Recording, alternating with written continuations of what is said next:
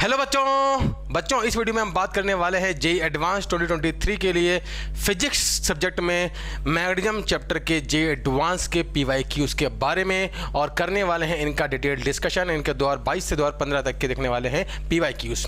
ये एक ऐसा टॉपिक है बच्चों जो कि क्या है बहुत ज़्यादा पूछा जाता है जेईई एडवांस के पर्सपेक्टिव से और बहुत ज़्यादा क्या है इम्पॉर्टेंट भी है और बच्चों को ये बहुत टफ लगता है, पता नहीं क्यों, बट है ये बहुत इजी।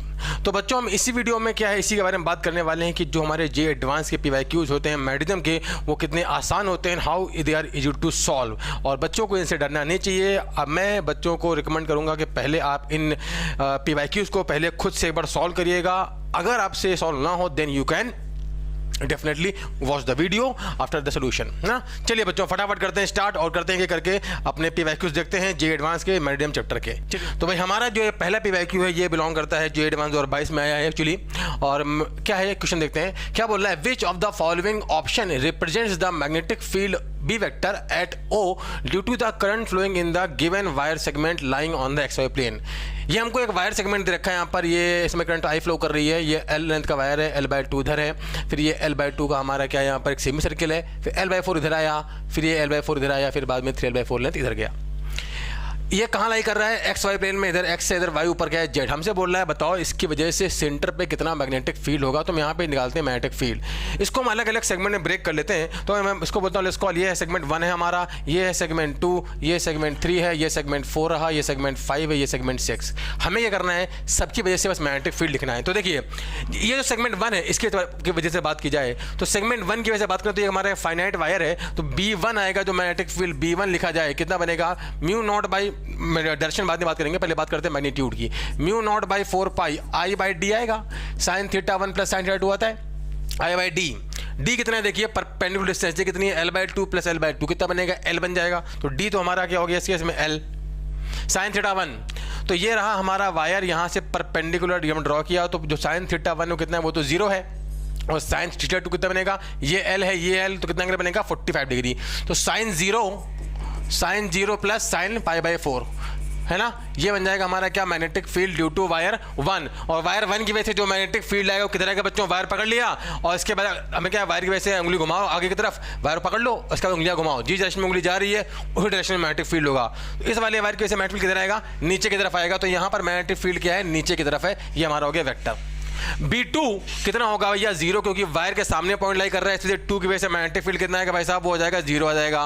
वायर 3 की वजह से बात करें तो 3 हमारा क्या है, एक सेमी सर्किल है, और सेमी सर्किल की वजह से सेंटर पे मैग्नेटिक फील्ड लिखा जाए। हम जानते हैं सर्किल की वजह से कितना आता है, सर्किल की वजह से आता है म्यू नॉट बाई 2 I/r आता है, और क्योंकि ये सेमी सर्किल है इसलिए इसका 1/2 जाएगा 4 आएगा, mu naught by 4 I/r। I/r कितना है हमारा, r है हमारा L/2, r कितना हमारा L/2। तो अगर मैग्नेटिक फील्ड लिखा जाए, ये रहा मैग्नीट्यूड, डायरेक्शन किधर आएगा, वायर को पकड़ लो और उंगलियां घुमाओ, तो इसके केस में मैग्नेटिक फील्ड किधर आएगा, नीचे की तरफ। तो B3 हमारा किधर है इस केस में, वो तो नीचे की तरफ है। अब बात करते हैं 4 वाले वायर की वजह से। तो 4 वाला जो वायर है इसकी वजह से मैग्नेटिक फील्ड 0 होगा, क्योंकि ये जो पॉइंट इसके सामने लाई कर रहा है। तो B4 यहीं ले लेता हूं मैं, B4 भी कितना है हमारा, दैट इज ऑल्सो 0। अब बात करते हैं B5 कितना है कि देखिए 5 वाला वायर, ये क्या है हमारा, यहाँ पे बात की जाए तो ये हमारा एक क्वार्टर सर्किल है। इस क्वार्टर सर्किल की वजह से बात करें तो मैग्नेटिक फील्ड कितना आएगा भाई, एक सर्किल की वजह से आता है mu naught by 2 I/r, quarter circle तो 1/4 हो जाएगा, कितना बनेगा, म्यू नॉट बाई 2 होता है I/r, तो कितना होगा 1/4 मतलब म्यू नॉट बाई 8 हो जाएगा, म्यू नॉट बाई 8 I/r। कितना है इसका, r इसका L/4 है, क्योंकि ये लेंथ कितनी है L/2, ये हमारा L/4, तो ये कितना होगा L/4 होगा, तो L/4। डायरेक्शन किधर आएगा, वायर को यहाँ पर क्या है, वायर को पकड़ लीजिए, उंगलियां घुमाइए, थंब क्या देगा, मैग्नेटिक फील्ड की डायरेक्शन। सेमी सर्किल जब भी हम क्या है यहाँ पे आर की वजह से निकालते हैं मैग्नेटिक फील्ड, डायरेक्शन कैसे निकालते हैं, अगर आर की वजह से मैग्नेटिक फील्ड निकालनी है, तरीका क्या होता है भैया, अपनी उंगलियां करंट की डायरेक्शन में घुमाइए, थंब क्या देगा, मैग्नेटिक फील्ड की डायरेक्शन। ये होता है हमारा क्या बोलते हैं, आर की वजह से मैग्नेटिक फील्ड निकालना। वायर की वजह से निकालना है तो वायर पकड़ लो, जिधर करंट फ्लो कर रही है उधर थंब होगा, और उंगलियां घुमाओ, जिस डायरेक्शन में उंगली घूम रही होगी वही हमारी क्या होगी, मैग्नेटिक फील्ड की डायरेक्शन होगी। तो यहाँ पर अगर बात की जाए B5 कितना मिलेगा, म्यू नॉट बाई 8 आ जाएगा, क्योंकि 1/4 है I/r, डायरेक्शन किधर आएगा, नीचे की तरफ। और ये जो वायर है 6th वाला पार्ट, इसकी वजह से मैग्नेटिक फील्ड 0 आएगा, क्योंकि ये पॉइंट कहाँ लाई कर रहा है, in front of the wire. तो B6 भी कितना आ जाएगा इस केस में, 0 आ जाएगा। तो अगर नेट मैग्नेटिक फील्ड लिखा जाए तो इन तीनों का वेक्टर सम, और तीनों के तीनों क्या है, सेम डायरेक्शन में है। तो अगर देखें यहाँ पे सॉल्व करते हैं फटाफट, देखिए क्या बनेगा भाई इस केस में, ये बन जाएगा यहाँ पर 2 और ये भी यहाँ बन जाएगा कितना 2 बन जाएगा। ये बन जाएगा हमारा 0 और देखते हैं लिखते हैं नेट मैग्नेटिक फील्ड, सिंपली सब के सब क्या हो जाएंगे ऐड हो जाएंगे।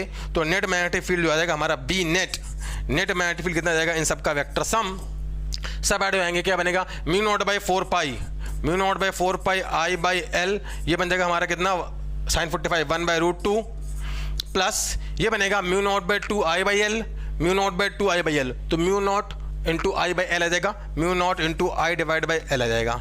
किधर है डायरेक्शन भाई, मैग्नेटिक फील्ड जो है वो इनवर्ट द प्लेन है।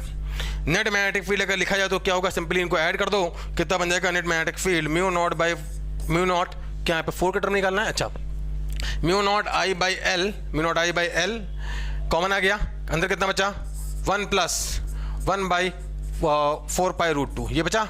ये किधर है magnetic field inward the plane, minus K cap. देखो इस केस में के कैप किधर है, बाहर की तरफ, ये क्या डायरेक्शन है, ये है माइनस के कैप डायरेक्शन। तो जो नेट मैग्नेटिक फील्ड आ रहा है वो किधर आ गया, इस केस में अगर लिखा जाए तो इनवर्ट आ रहा है, मतलब माइनस के कैप डायरेक्शन में है।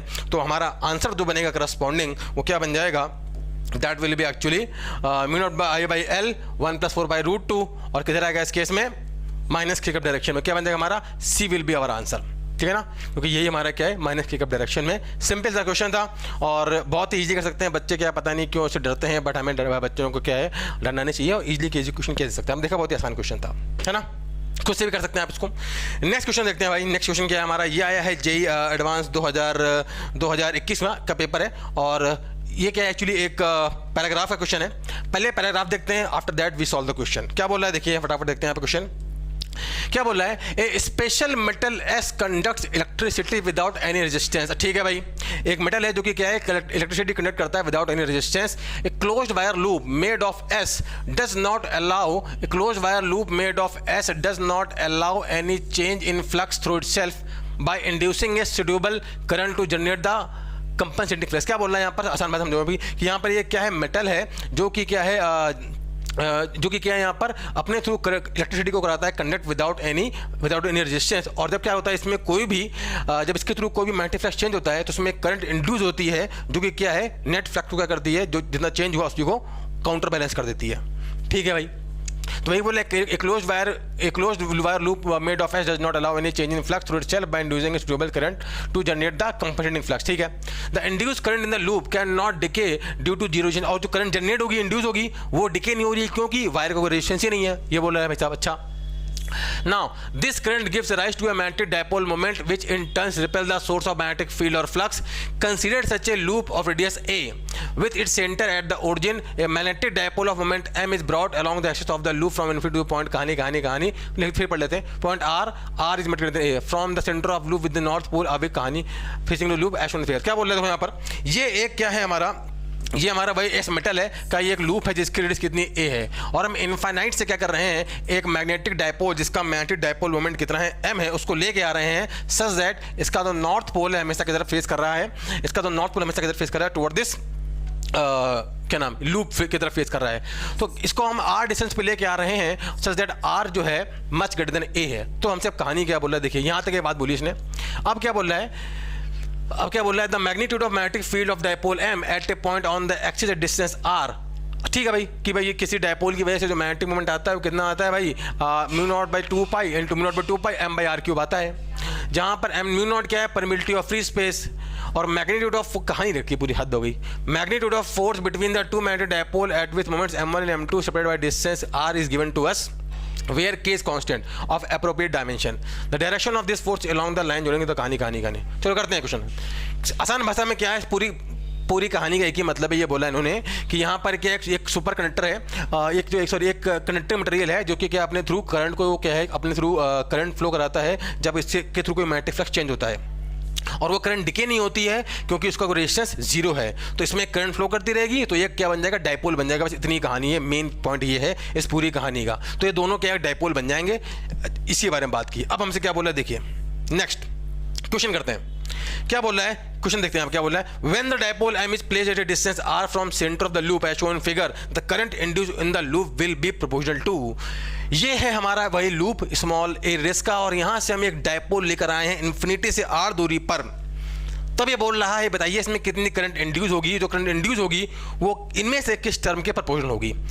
ये अब क्वेश्चन पे हम आ गए, अब इसको सॉल्व करते हैं। बहुत आसान है देखिए, ऑब्वियसली बात है, जब ये बहुत दूर रखा था इन्फिनिटी पर उन दैट कंडीशन, एक्चुअली उस केस में यहाँ पर इसके थ्रू कोई मैग्नेटिक फ्लक्स पास नहीं हो रहा था। तो इस केस में क्या कोई मैग्नेटिक फील्ड थी नहीं, तो कोई मैग्नेटिक फ्लक्स पास नहीं हो रहा था। इस वजह से क्या था कि कोई करंट थी नहीं। जब इसको आप इन्फिनिटी से लेकर आए हो तो इस केस में क्या होगा, इस डायपोल की वजह से इस लूप के थ्रू मैग्नेटिक फील्ड है वो पास होकर जाएगा और इसकी वजह से एक मैग्नेटिक फ्लक्स पास होकर जाएगा। तो जितना मैग्नेटिक फ्लक्स यहाँ पे इसके थ्रू पास होकर जाएगा, है ना, जितना फ्लक्स, देखो पहले तो यहाँ जब ये इन्फिनिटी पे था तब तो फ्लक्स जीरो था। जब इसको आर दूरी पे लेकर आ गए तो इस वाले डायपोल की वजह से एक मैग्नेटिक फील्ड किधर आएगी, इस डायरेक्शन में आएगी ना, इधर की तरफ मैग्नेटिक फील्ड आएगी, तो एक मैग्नेटिक फ्लक्स भी इधर की तरफ आएगा। और ये लूप अपने थ्रू मैग्नेटिक फ्लक्स को क्या है, चेंज होने देगा नहीं, क्योंकि पहले फ्लक्स जीरो था जब ये इन्फिनिटी पे था, तो अभी फ्लक्स कितना होना चाहिए, जीरो। तो अब इस केस में कहानी क्या होगा, इसमें करंट इंड्यूस होगी, एक करंट इंड्यूस होगी जो कि ऐसी होगी जो कि फ्लक्स के चेंज का अपोज करे। करंट कैसे इंड्यूस होगी इस केस में, देखिए अगर करंट यहाँ से देखने पर क्या है, अगर क्या है काउंटर क्लॉकवाइज हुई तो क्या होगा, एक मैग्नेटिक फील्ड और जाएगा। इसको तो फ्लक्स तो मैग्नेटिक फील्ड इधर की तरफ आ जाएगा तो फ्लक्स और बढ़ जाएगा। इसको तो फ्लक्स को घटाना है ना, तो फिर करंट कैसे इंड्यूस होगी, इधर से देखने पर एंटी क्लॉकवाइज से इसमें करंट कैसे इंड्यूस होगी, ऐसे ये करंट इंड्यूस होगी सच दैट इस करंट की वजह से जो मैग्नेटिक फील्ड आएगा वो मैग्नेटिक फील्ड उतना ही होगा जितना कि इस क्या नाम इसका इस डायपोल की वजह आ रहा है, क्योंकि फ्लक्स कितना रहना चाहिए, जीरो रहना चाहिए। तो मैग्नेटिक फ्लक्स ड्यू टू जो यहाँ पे क्या नाम डायपोल की वजह से कितना आएगा, फाइव इक्वल टू आएगा बी इंटू ए। बी कितना है हमारा, लिख देता हूँ, बी कितना आएगा, mu naught by 2 pi M by R cube into area pi A square, इतना फ्लक्स आएगा। Flux this is flux due to क्या नाम हमारा डायपोल है, और वही फ्लक्स आना चाहिए किसकी वजह से, इस छोटे से मैग्नेटिक डायपोल की वजह से। तो देखिए क्योंकि ए बहुत छोटा है तो जो मैग्नेटिक फील्ड जो सेंटर पे होगी वही पूरे एरिया में होगी। तो मैग्नेटिक फील्ड ड्यू टू क्या नाम इसका लूप कितना आएगा, sorry flux due to loop कितना आएगा, देखिए लिखते हैं यहाँ पर बी कितना आएगा, बी आएगा mu naught by 2 I by R कितना है हमारा, ए। क्योंकि लूप बहुत छोटा है इसलिए जो सेंटर मैग्नेटिक फील्ड होगा वही पूरे एरिया में होगा। ये हो गया magnetic field through the loop into area. ये आ गया हमारा क्या, flux due to current induce in the loop. ये दोनों क्या होने चाहिए, इक्वल। क्यों, जितना फ्लक्स इसने आगे की तरफ बढ़ाया उतना फ्लक्स यहाँ पे क्या देगा, पीछे की तरफ आ जाना चाहिए। दोनों बराबर होने चाहिए। यहाँ से मिल जाएगी करंट इंड्यूस किसके प्रोपोर्शनल होगी, कर दो बराबर भाई। यहाँ से कितना आएगा देखो, अगर हम दोनों को बराबर कर दें तो यहाँ पे कितना बनेगा, यहाँ करते हैं अलग कलर से करते हैं, mu naught by 2 I by A into pi A square that is equal to mu naught by 2 pi M by R cube, ठीक है, इनटू क्या बन गया, पाई ए स्क्वायर। तो पाई ए स्क्वायर तो गया, ठीक है, म्यू नॉट बाई 2 भी गया। आई कितना आ गया, induce current I equal to कितना आ गया, इस केस में लिखा जाए M A by pi R cube. ये आ गया, एम क्या है मैग्नेटिक डायपोल मोमेंट, ए क्या है दूरी और क्या है आर है डिस्टेंस। तो यहाँ पे जो इंड्यूस करंट है that is proportional to what, M by R cube, ठीक है ना, साफ साफ दिख रहा है यहाँ पे। जो इंड्यूस करंट किसके प्रोपोर्शनल, ए तो कांस्टेंट है, वैसे भी पाई भी कांस्टेंट है। तो induce current is proportional to M by R cube. हमारा आंसर क्या बन जाएगा इस केस में, A will be answer. Simple सा पार्ट था, ज़्यादा बड़ा इतना बड़ा पैराग्राफ, क्वेश्चन इतना छोटा है कि नहीं। नेक्स्ट अब क्या बोल रहा है, now work done in bringing the dipole from infinity to distance R from the centre of loop given the process. वो क्या बोल रहा है इस केस में, ये जो भाई साहब डायपोल थे ना, अगर हम इसको इन्फिनिटी से लेके आते हैं आर दूरी पर, इस डायपोल को हम इन्फिनिटी से आर दूरी पर लेके आते हैं तो कितना वर्डन करना पड़ेगा टू एक्सटर्नल एजेंट। तो वर्डन बाय एक्सटर्नल एजेंट क्या होगा, change in the potential energy of system. आसान भाषा में वर्डन बाय एक्सटर्नल एजेंट कितना आएगा, change in the potential energy of system. तो देखिए यहाँ पे लिखते हैं, यहाँ लिख दूँ मैं थोड़ा सा ना, वर्डन बाय एक्सटर्नल एजेंट, यहाँ लिखता हूँ थोड़ा, वर्कडन बाई एक्सटर्नल एजेंट क्या आएगा इस केस में, change in the potential energy system, you final minus you initial. तो अगर मैं इसको लिखूँ यहाँ पर तो ये बनेगा यू फाइनल, ये बनेगा you final minus you initial. अच्छा देखिए इनिशियल तो पोटेंशियल जीरो क्योंकि इन्फिनिटी पे था, ठीक है। बात आती है इस केस में पोटेंशियल एनर्जी में चेंज, यहाँ फाइनल पोटेंशियल क्या है देखिए, अगर फाइनल पोटेंशियल लिखी जाए तो हमको यहाँ पे देखो फोर्स दे रखा है, फोर्स कितना है, आर दूरी पे होता है के m1 m2 बाई आर के पावर 4 होता है। तो देखिए हम जानते हैं यहाँ से, यहाँ लिख रहा हूँ फोर्स हमको क्या दे रखा है, फोर्स हमें यहाँ पे लिख रहा हूँ, फोर्स क्या दे रखा है कि दो डायपोल क्या जिनका डायपोल मोमेंट कितना है m1 और m2 है, दूसरे से r दूरी पर रखें तो इतना फोर्स लगता है। हम जानते हैं F इक्वल टू कितना होता है, minus of du by D R equal to क्या बनेगा, K m1 m2 divide by r की पावर 4, ये बनेगा। इसको उधर ले आओ, इसको उधर ले जाएंगे तो क्या बनेगा, हमको यहाँ से क्या निकालना है, पोटेंशियल निकालनी है ना, इक्वल टू क्या बनेगा इंटू डी आर, ठीक है। लिमिट गोज फ्रॉम कहाँ से कहाँ, R is equal to infinity पर, potential energy R equal to infinity पर देखो क्या है, पोटेंशियल एनर्जी कितनी थी 0, आर इक्वल टू आर पे कितनी पोटेंशियल हो जाएगी, वही होगी हमारी, यू हो जाएगी। ये कितना बनेगा देखिएगा, लिखा जाए यहाँ पर,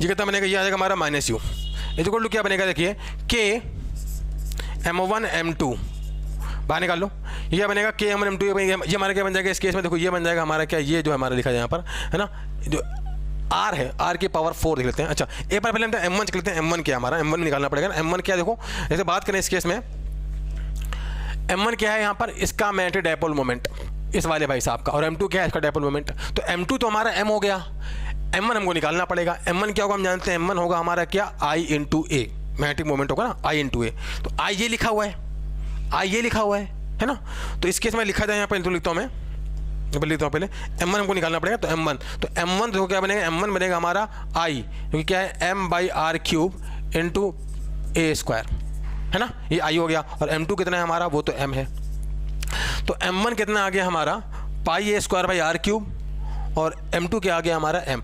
आसान भाषा में यहाँ पे m1 और m2 क्या है, m²/r³ आएगा, यहाँ पे एक साथ में कांस्टेंट, ठीक है। तो देखो यहाँ पे क्या बन गया ये हमारा, यहाँ लिखता हूँ मैं, ये लिखा हुआ इधर ना, m1 लगा दो integration, k is a constant, ठीक है, तो k इंटू m1 लिखा है हमारा कितना, m/r³ इंटू πa² इंटू एक m और आ गया भाई r की पावर 4 इंटू dr, ठीक है, ये आ गया भाई कहाँ से कहाँ, इन्फिनिटी टू r।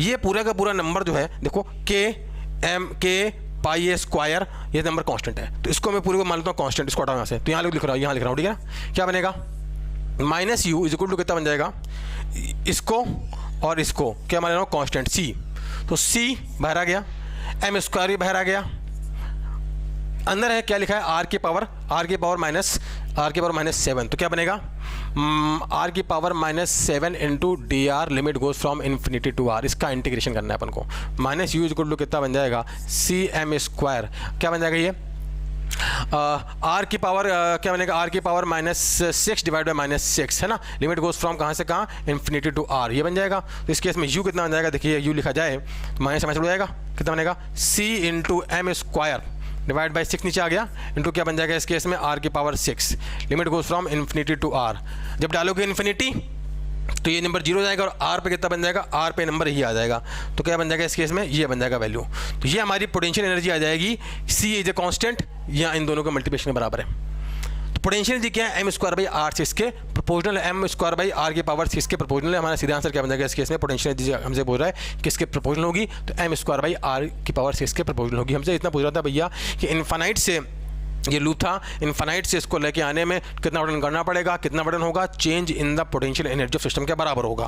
तो पोटेंशियल एनर्जी हमें निकालना था यहाँ पर, तो फाइनल पोटेंशियल एनर्जी तो कितनी होगी, final potential energy minus initial तो 0 थी क्योंकि इन्फिनिटी पे थे, तो फाइनल पोटेंशियल निकालनी है हमको। फाइनल कैसे निकालें, एफ हमें दे रखा है, एफ इक्वल टू -du/dr रखा है यहाँ पे k तो k है, m1 कितना आएगा I इंटू ए, और m2 कितना बनेगा इस केस में, m2 कितना बनेगा भैया, m2 m है, बस इसके बाद उसको उठा के यहाँ रख दिया, इसका सिंपली क्या सॉल्व कर लिया, खड़ा खड़ा आंसर, इतना बड़ा क्वेश्चन था, एक लाइन का आंसर।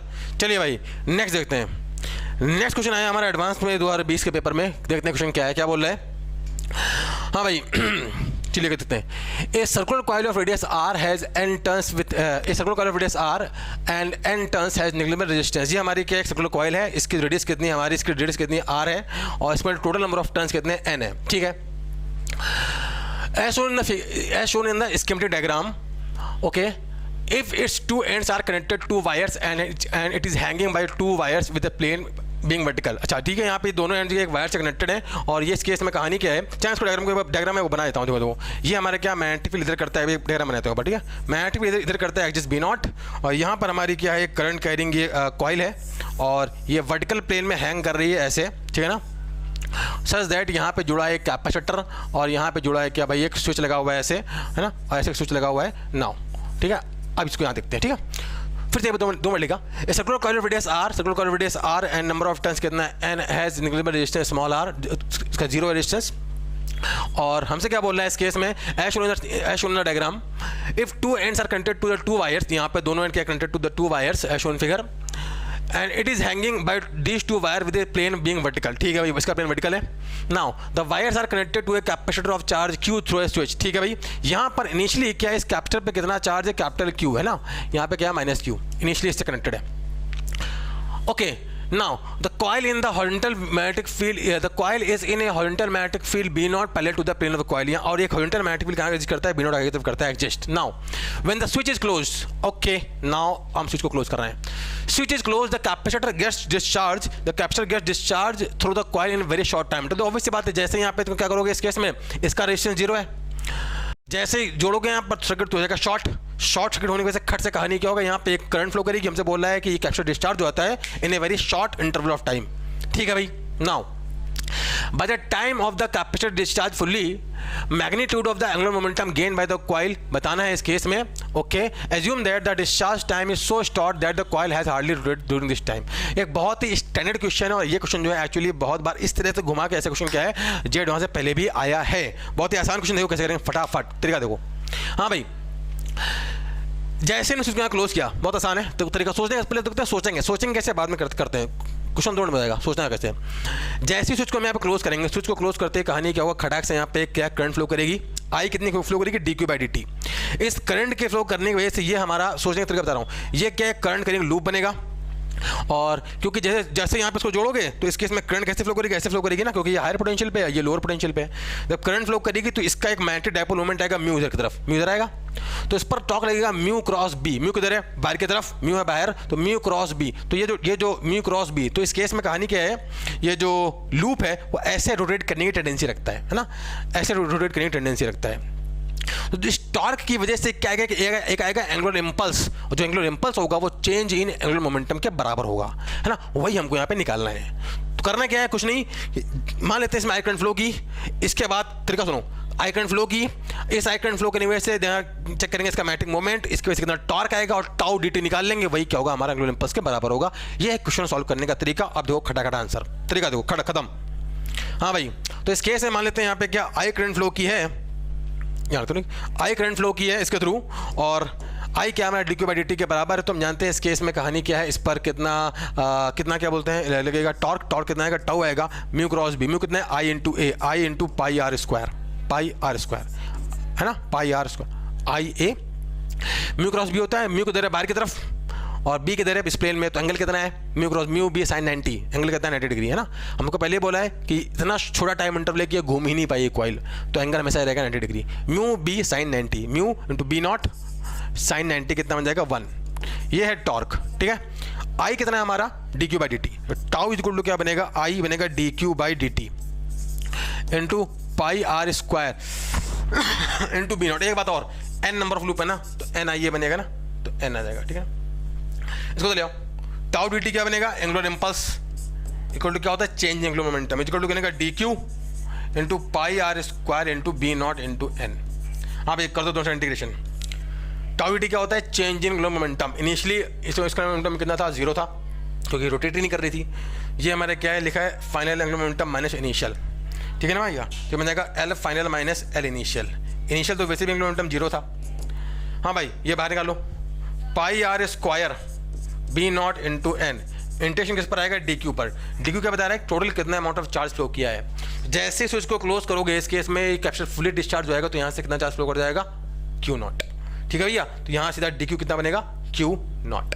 फिनिश, तो आंसर क्या बनेगा, सीधा लाइन में खत्म हो गया। तो क्वेश्चन क्या है, तो फाइनल एंगुलर मोमेंटम क्या बनेगा इस केस में, pi R square B naught into N आगे आ गया into q naught. This is the final angular momentum of the coil with which it will be rotating. Answer क्या बन जाएगा, बी। खत्म, सिंपल था भाई, बस तरीका सोचना आना चाहिए। ऐसा क्वेश्चन क्या है, पहले भी बहुत एडवांस में आया है, जब 1990 के टाइम में, ठीक है ना, जब मतलब अंकल लोग पेपर देते थे तब क्वेश्चन आए, बहुत आसान क्वेश्चन था। चलिए नेक्स्ट देखते हैं कहानी। नेक्स्ट क्या बोल रहा है, ओके, ये आया है एडवांस 2018 में, और देखते हैं बहुत ही स्टैंडर्ड क्वेश्चन एक्चुअली ना, बहुत सिंपल है और इजीली से इस क्वेश्चन को किया जा सकता है। बस आपको क्या डायग्राम बनाना आना चाहिए साफ सुथरा, और स्टेप बाय स्टेप क्या क्वेश्चन को देखना है। बाकी बहुत आसान क्वेश्चन है, देखते हैं क्वेश्चन क्या बोल रहा है। हाँ भाई क्या बोल रहा है, two infinitely long straight wires lie in the XY plane along the line x in XY plane, ठीक है, दे रखा है along the line x equal to plus minus r, ठीक है भाई। ये हमारा क्या है, यहाँ पर क्या बनाते हैं, पहले डायग्राम बाद में बनाएंगे। डायग्राम कैसे बनाया बताऊंगा बाद में, पहले देखते हैं क्वेश्चन करते हैं। The wire located at x equal to plus R and carries the current I1 and wire located at कितना है हमारा x equal to minus R carries the current I2, ठीक है। A circular loop of this R suspended at a centre 0,0,3 तो साफ साफ में रखा है सेंटर क्या है 0,0,3 जेड पर सेंटर है। इसका मतलब अगर मैंने एग्जांपल के लिए मैंने x इधर माना y इधर माना, एग्जांपल बता रहा हूँ 3 का, सुनो। मैंने मान लिया एक वायर यहाँ पर एक वायर यहाँ पर, समझने के लिए तो जेड कहाँ दिखाओगे भाई, है ना।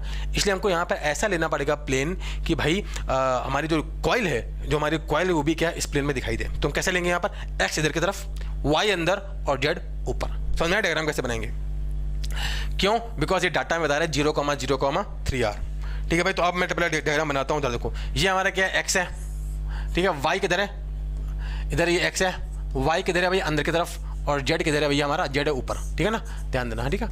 तो अब मैं बना रहा हूँ यहाँ पे डायग्राम, ठीक है भाई। इधर देखो डायग्राम, ये है हमारा x इक्वल टू कितना प्लस आर, ये हमारा x इक्वल टू कितना है भाई साहब प्लस आर है, और ये हमारा क्या है x इक्वल टू कितना है माइनस आर। और यहाँ पर एक क्या है, एक कॉइल है, इसकी रेडियस हमको दे रखी है कितनी, रेडियस आर दे रखी है कहाँ पर 0,0,√3 यहाँ पे ये कॉइल है, ठीक है ना, अच्छी बात है। अब हमने डायग्राम बना लिया है, ठीक है, ओके। अब देखते हैं कहानी आगे। नाउ अब क्या बोल रहे हैं हमसे, and in a plane parallel to X Y plane, ठीक है। सबसे दे रहा है कहाँ पे जो कॉइल है एक्स वाई प्लेन के पैरेलल है, एक्स वाई प्लेन ये रहा हमारा, इसके पैरेलल रहेगा, ठीक है। Now the loop carries a constant current I in the clockwise direction as seen from the above। ऊपर से देखने पर इसमें करंट कैसे फ्लो कर रही है, क्लॉकवाइज सेंस में। क्लॉकवाइज सेंस में करंट कैसे आएगी, इधर की तरफ आएगी, तो करंट कैसे फ्लो कर रही है, ऐसे, है ना, करंट से फ्लो कर रही है, ठीक है, क्लॉकवाइज सेंस में। ओके, करंट कितनी फ्लो कर रही है, आई करंट फ्लो कर रही है, हमसे पहले बोल रखा है इस केस में ना, करंट फ्लो कर रही है कितनी, आई करंट फ्लो कर रही है, ऐसे। The current in the wire is taken to be positive if it is in the positive direction। अच्छी बात है। Which of the following segment regarding the magnetic field is true। हमको बताना है मैग्नेटिक फील्ड करंट, और हमें किधर लेनी है इस वायर में, यहाँ पे बात करें यहाँ पे करंट किधर लेनी है, अंदर की तरफ लेनी है, पॉजिटिव डायरेक्शन में, पॉजिटिव मतलब पॉजिटिव डायरेक्शन लेनी है, पॉजिटिव करंट। चलिए अब देखते हैं कहानी, ऑप्शन चेक करते हैं फटाफट। और क्वेश्चन देखिए बहुत आसान है, हमसे क्या बोल रहा है, if I1 is equal to I2 then B vector can not be equal to 0 at the origin, ठीक है, 0,0 यहाँ लेकर रहेगा। क्या बोल रहा है, यहाँ पर क्या बोल रहा है, I1 इक्वल टू I2, मतलब कि यहाँ पे इस केस में दोनों की डायरेक्शन मान लेते हैं, मैग्नेटिक फील्ड जो करंट जो है, क्या एक करंट I1 जा रही है और I2 दोनों करंट अंदर की तरफ जा रही है ना, पॉजिटिव है। तो इस अवस्था में यहाँ पर मैग्नेटिक फील्ड कभी 0 नहीं हो सकती। हाँ, चेक करते हैं। देखो ऑब्वियस सी बात है, दोनों बराबर है, I1 I2 बराबर है, तो इनकी बात करें तो इस वाले वायर के जो करंट अंदर जा रही है, मैग्नेटिक फील्ड किधर रहेगा, वायर पकड़ लो, उंगली घुमाओ, इस वाले वायर के मैग्नेटिक फील्ड किधर रहेगा, ऊपर की तरफ, B1 कितना आएगा, B1 आएगा, लिख रहा हूं मैं, μ0/2 पाई I1 बोल दो, I1 बाई R आएगा, ठीक है। और इस वाले वायर कैसे क्या, वायर पकड़ लिया, उंगली घुमाओ, किधर आएगा मैग्नेटिक फील्ड, नीचे की तरफ आएगा, ठीक है। इसका भी कितना आएगा, B1 आएगा, μ0/2 पाई I1 बाई R। ये दोनों तो क्या हो जाएंगे, उड़ जाएंगे। बट ये जो कॉइल है, इस कॉइल की वजह से एक मैग्नेटिक फील्ड आएगा नीचे की तरफ, कितना लिख देता हूं यहाँ पर, B कितना बनेगा, μ0/4 pi into I into 2 pi R square divide by R square plus x square की पावर, एक्स कितना है, R square plus x √3R का स्क्वायर की पावर 3/2। ये तो आता है मैग्नेटिक फील्ड, है ना, ठीक है। इसको सॉल्व चाहे तो बाद में कर लेते हैं, 2 मिनट लगेगा, सॉल्व कर लेते हैं एक बार, है ना, क्योंकि बाद में काम आएगा। 2 क्या बनेगा, μ0/2 I into R square divide by कितना बनेगा, ये बन जाएगा R square 3R square 4R square, उसका रूट लगाया तो बनेगा 2R, तो बनेगा 8R क्यूब, नीचे उड़ जाएगा, इससे नीचे बनेगा ये, ठीक है। ये क्या बन जाएगा, ये μ0/2 इंटू I बाई 8R, ये आएगा मैग्नेटिक फील्ड क्या इस केस में, इस वाले लूप के नीचे की तरफ। तो अगर I1 इक्वल टू I2 है तो इस केस में, इस अवस्था में मैग्नेटिक फील्ड कितना आएगा, μ0/2 I by 8R magnetic field आएगा कहाँ पर, किस केस में किधर आएगा, क्या नाम इसका, ओरिजिन पे, ठीक है भैया। ये मैं ऐसे लिखी ना, 4R का स्क्वायर क्या, 4R का बनेगा, रूट बनेगा 2R, क्यूब बनेगा 8R, हाँ सही है, छोटा दो। तो अब इस अवस्था में क्या है, मैग्नेटिक फील्ड क्या आ रही है हमारी, इतनी आ रही है, क्योंकि ये दोनों आपस में क्या हो गया, कैंसिल आउट हो गया। तो हमसे क्या बोल रहा था ऑप्शन ए में, if I1 equal to I2 then B vector can not be equal to 0 at the origin. सही बात है, क्योंकि ये दोनों आपस में एक को वजह से मैग्नेटिक फील्ड को कैंसिल कर देंगे, बट इसका मैग्नेटिक फील्ड कैंसिल नहीं होने वाला, ठीक है, हटाओ इसको। नेक्स्ट B क्या बोल रहा है, इफ I1 इज पॉजिटिव और I2 is negative, if I1 is positive और I2 नेगेटिव, मतलब I1 कैसा है हमारा, यहाँ बनाता हूँ I1 के तरह, इसको साफ कर दूँ, ठीक है, उसको साफ करता हूँ, तो ये हमारा क्या है, थोड़ा इसको साफ कर दूँ, क्या बन जाएगा, I1 पॉजिटिव है और I2 कैसा हमारा नेगेटिव। I1 पॉजिटिव मतलब मैग्नेटिक फील्ड किधर है इस केस में, अंदर की तरफ, सॉरी करंट अंदर की तरफ, और I2 नेगेटिव होने का मतलब क्या है यहाँ पर, इस केस में करंट किधर आ रही है भैया, करंट आ रही है यहाँ पर बाहर की तरफ आ रही है, करंट किधर आ रही है बाहर की तरफ। तो अब हमसे क्या बोल रहा है, magnetic field can be zero at the origin. Check करते हैं, देखो भाई, तो सिंपल कुछ नहीं करना यहाँ पर, मैग्नेटिक फील्ड इस वाले भाई साहब की वजह से किधर आएगी, मैग्नेटिक फील्ड देखो इस वाले वाले ऊपर की तरफ आएगी, ऊपर की तरफ B1 कितनी आएगी, B1 ले लेता हूँ, B1 कितना बनेगा, म्यू नॉट बाई 2 पाई, है ना, I1 बाई कितना बनेगा, I1 बाई R। और इस वाले भाई साहब किधर आएगी, बाहर पकड़ लो, करंट बाहर की तरफ आ रही है, बाहर पकड़ लिया, और इस केस में मैग्नेटिक फील्ड किधर आएगी, ऊपर की तरफ। तो यहाँ आ रही है मैग्नेटिक फील्ड B2 ऊपर की तरफ, तो B2 कितना है हमारा इस केस में, B1 है, ये B2 कितना बनेगा, mu naught by 2 pi I2 by R। इन दोनों की वजह से मैग्नेटिक फील्ड ऊपर की तरफ है, और ये जो करंट कैरिंग लूप है इसकी वजह से मैग्नेटिक फील्ड किधर है भैया, नीचे की तरफ। दोनों बात करें, इन दोनों को जो ऐड कर दो, this plus this equal to this, हो सकता है zero, it can be zero, है ना, कोई दोनों आपस में जीरो हो सकते हैं। तो भाई ये हमारा जो केस है ना, कि आई की एक ऐसे वैल्यू पॉसिबल है सच दैट कि इन दोनों का B1 प्लस B2 का सम किसके बराबर है, B के बराबर है, तो इट इज पॉसिबल, सही बात है। तो statement B is also correct.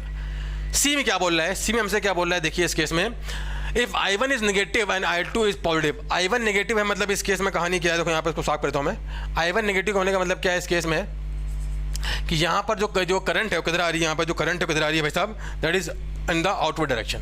Current यहाँ पे किधर है, बाहर की तरफ, और I2 पॉजिटिव करंट यहाँ किधर है, अंदर की तरफ। तब the B vector can be zero at the origin.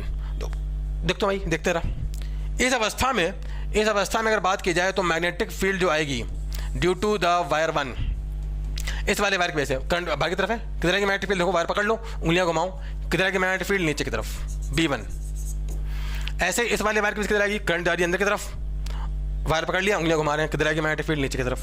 तो B1 भी नीचे की तरफ है, B2 भी नीचे की तरफ है, और B भी नीचे की तरफ है, तीनों के तीनों किधर है, नीचे की तरफ। तो magnetic field can not B zero at the origin in this condition. तो सी वाला जो हमारा स्टेटमेंट जो है क्या बोल रहा है, कैन बी जीरो, हमेशा क्या है, गलत है। तो सी वाला जो हमारा स्टेटमेंट तो गलत है। अब बात करते हैं डी वाले स्टेटमेंट की, जो कि क्या है, देखो सॉल्व करते हैं यहाँ पर, ठीक है, आसानी था भाई, है ना। तो उसको साफ करते हैं, क्या बोल रहा है, if I1 is equal to I2, तो मान लेते हैं दोनों किधर है इस केस में, नीचे की तरफ है, then Z component of magnetic field at the centre of the loop is इतना, ठीक है, then Z component of magnetic field centre बोल रहा है। देखते हैं कहानी यहाँ पर, इसको मैं थोड़ा साफ करता हूँ, ठीक है ना, क्योंकि ये डायग्राम थोड़ा गंदा हो जाएगा ना। देखो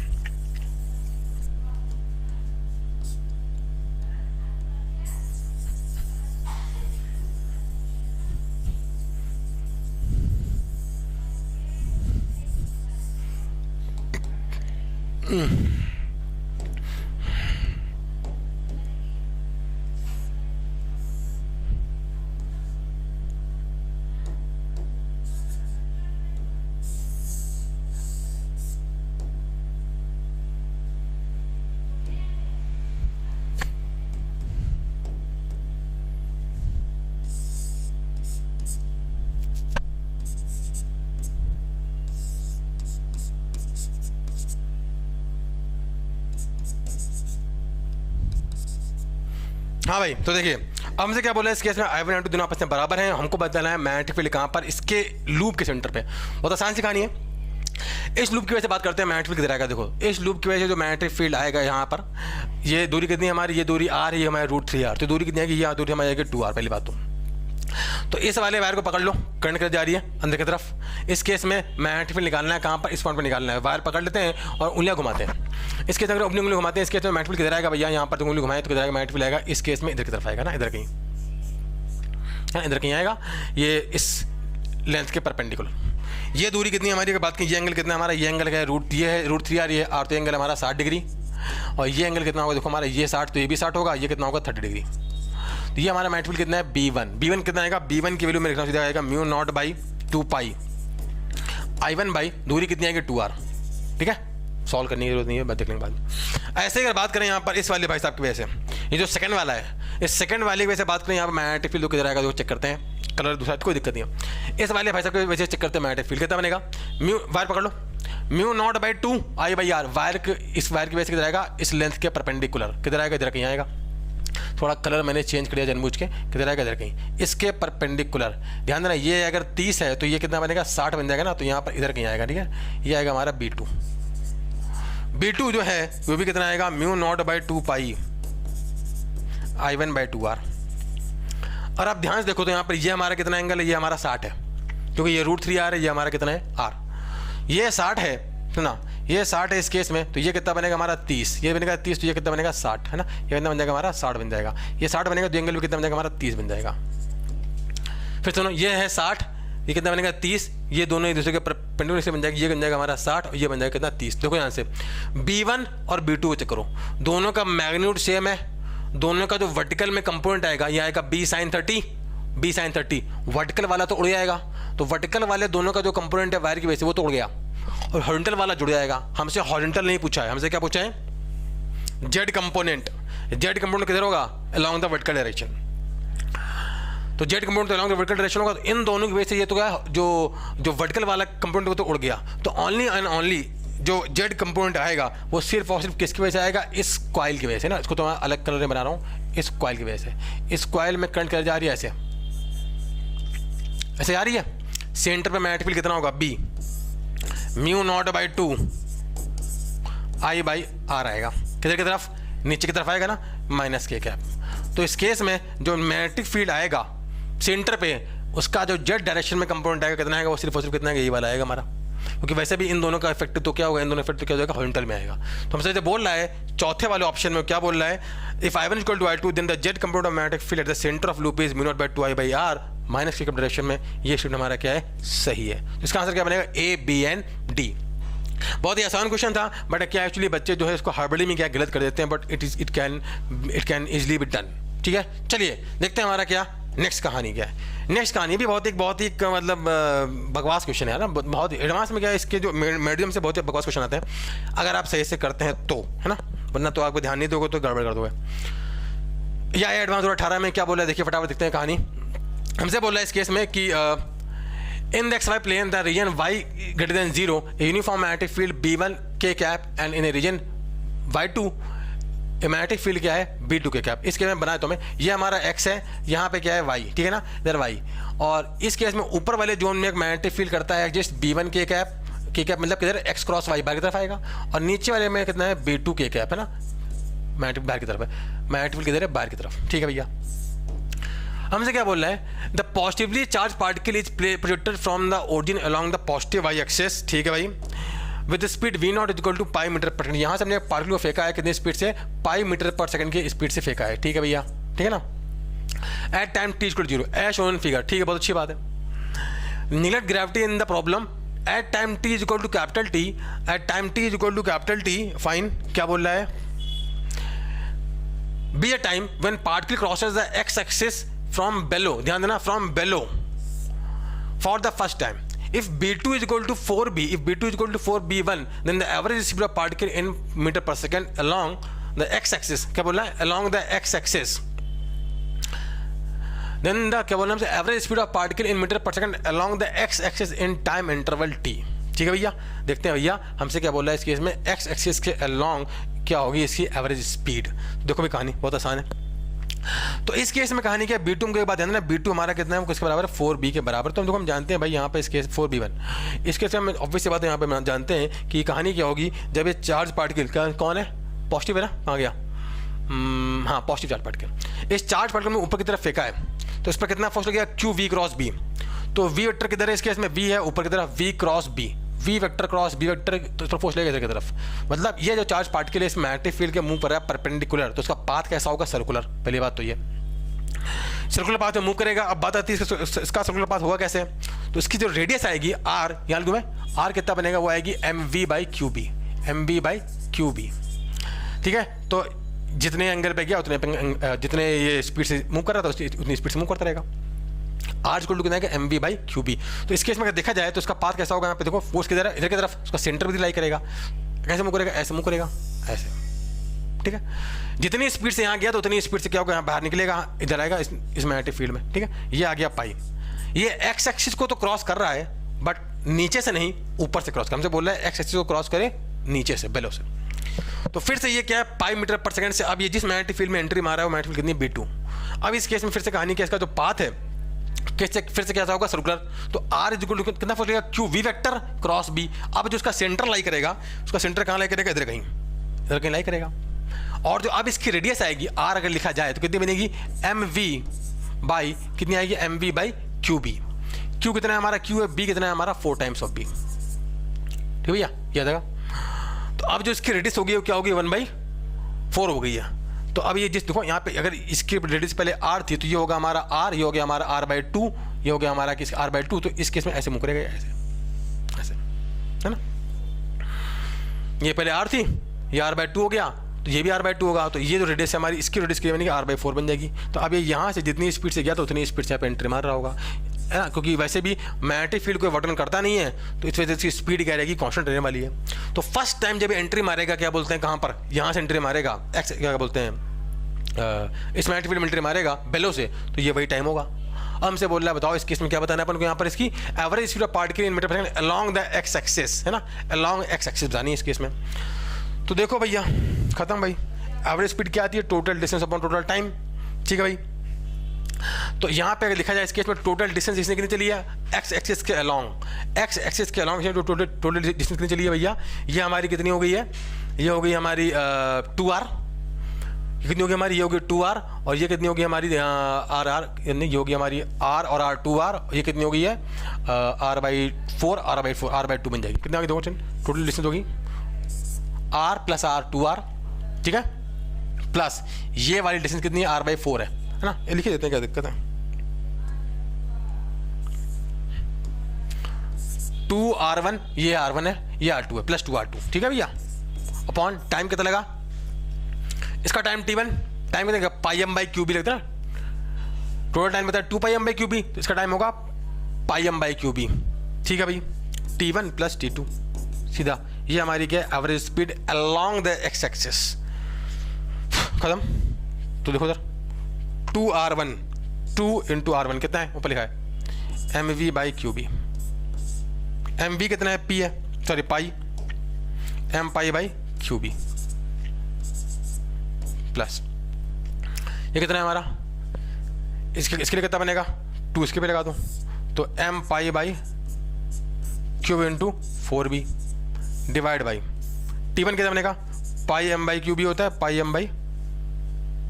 πm/qb, ठीक है, πm/qb प्लस इसके लिए कितना बनेगा, πm/q × 4b, क्योंकि यहाँ पर v कितना है हमारा पाई के बराबर, इसलिए देखो इस केस में कहानी क्या है, ये नंबर इसका डबल है, ये सीधा क्या हो जाएगा, उड़ जाएगा। एवरेज स्पीड कितनी आएगी, आएगी 2 मीटर पर सेकेंड। सिंपल खटाखट आंसर नहीं है कि आंसर क्या बन जाएगा इस केस में, आंसर आ जाएगा हमारा क्या, 2 मीटर पर सेकेंड, सिंपल आंसर बन जाएगा। खत्म, सिंपल था, कुछ नहीं करना था, बस हमको यहाँ पर सीधा वैल्यू पुट करनी थी और बस चेक करना था इसका इसमें इसका पाथ कैसा होगा, और कुछ नहीं करना था। चलिए भाई।